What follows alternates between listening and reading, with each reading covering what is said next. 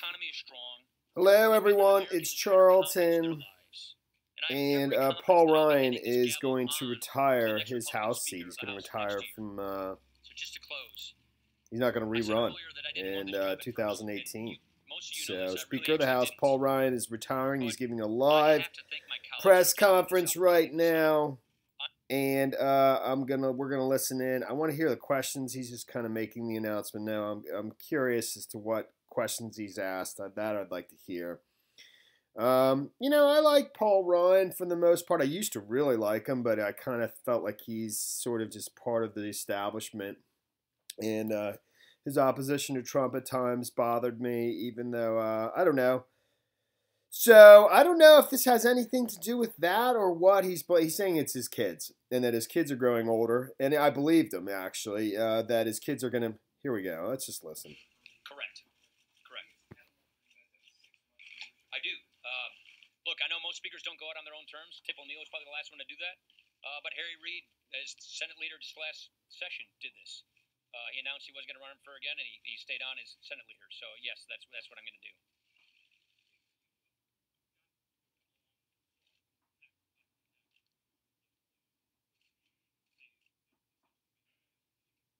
However, you're not sticking around for its biggest consequence, which is trillion-dollar deficits as far as the congressional budget office's eye can see. Yeah.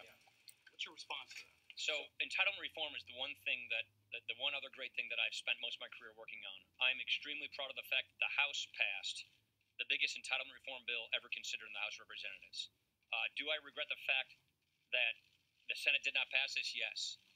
But I feel from all the budgets that I've passed, normalizing entitlement reform, pushing the cause of entitlement reform, and the House passing entitlement reform, I'm very proud of that fact. But yeah, of course, more work needs to be done.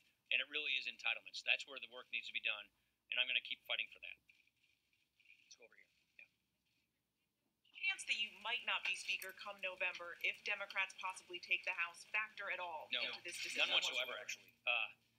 Look, you all know me. I didn't take this job to get the gavel in the first place. I'm not a guy who thinks about it like that. This really was two things. I have accomplished much of what I came here to do, and my kids aren't getting any younger. And if I stay, they're only going to know me as a weekend dad, and that's just something I consciously can't do. And that's really it right there. Midterms and perhaps sending a signal that the House is lost for Republicans? Yeah, I gave it some consideration, but I really do not believe whether I stay or go in 2019 is going to affect a person's individual race for Congress. I really don't think a person's race for Congress is going to hinge on whether Paul Ryan's Speaker or not. So I really don't think it affects it. Look, if we do our jobs, which we are, we're going to be fine as a majority. I'm grateful for the president to give us this chance to actually get this stuff done. I'm grateful that we have unified government that the president, with his victory, gave us so that we get all these big things done. We're going to have a great record to run on. We have a great economy, great accomplishments, more to do. And I really don't think that the American people are going to want to have the gridlock that the Democrats are promising. So I'm confident we can run through the tape and we can get this done. On the president, he has been openly talking about firing Bob Mueller, potentially firing the Deputy Attorney General. What are your thoughts on that? My thoughts haven't changed. I think they should be allowed to do their jobs. We have a rule of law in this country, and that's a principle we all uphold. I have no reason to believe that that's going to happen. I have assurances that's not, because I've been talking to people in the White House about it. Rachel? As you know, the job plan is sort of begun to place you once you retire. Who do you think would be good to lead the conference? Would McCarthy be able to do it? I have great confidence in this leadership team. That's one thing that I'm really proud of. Obviously, I came with a big gulf in leadership when I came here. I think we have a fantastic leadership team. I have more thoughts on this. I think this is probably not the right time to get into that, but I'll share those thoughts later. That election's in November, so it's not something we have to sweat right now. To what extent was your decision influenced by the way President Trump has changed the character of Washington and the character of the Republican Party? Not at all. Like I said, I'm grateful to the president for giving us this opportunity to do big things to get this country on the right track. So the fact that he gave us this ability to get all this stuff done makes me proud of the accomplishments that I've been a contributor to. Makes me satisfied that I've made a big difference, and he's given us that chance. So I'm grateful to him for that, and that's really how I see it. Thank you very much, everybody. that, of course, Speaker Paul Ryan on the news this morning out of Washington that he will not run for re-election and he will step down in January. He intends to remain as Speaker until he leaves the Congress. He's been in Congress almost 20 years, said that he wants to return to his family. His kids are growing up fast, and he said he wanted to be more than a weekend dad. He also said that he had accomplished many of the things he set out to do. All right, so Paul Ryan's going to retire his House seat and not run for re-election. That means he's not going to be the Speaker of the House anymore if the Republicans retain the House.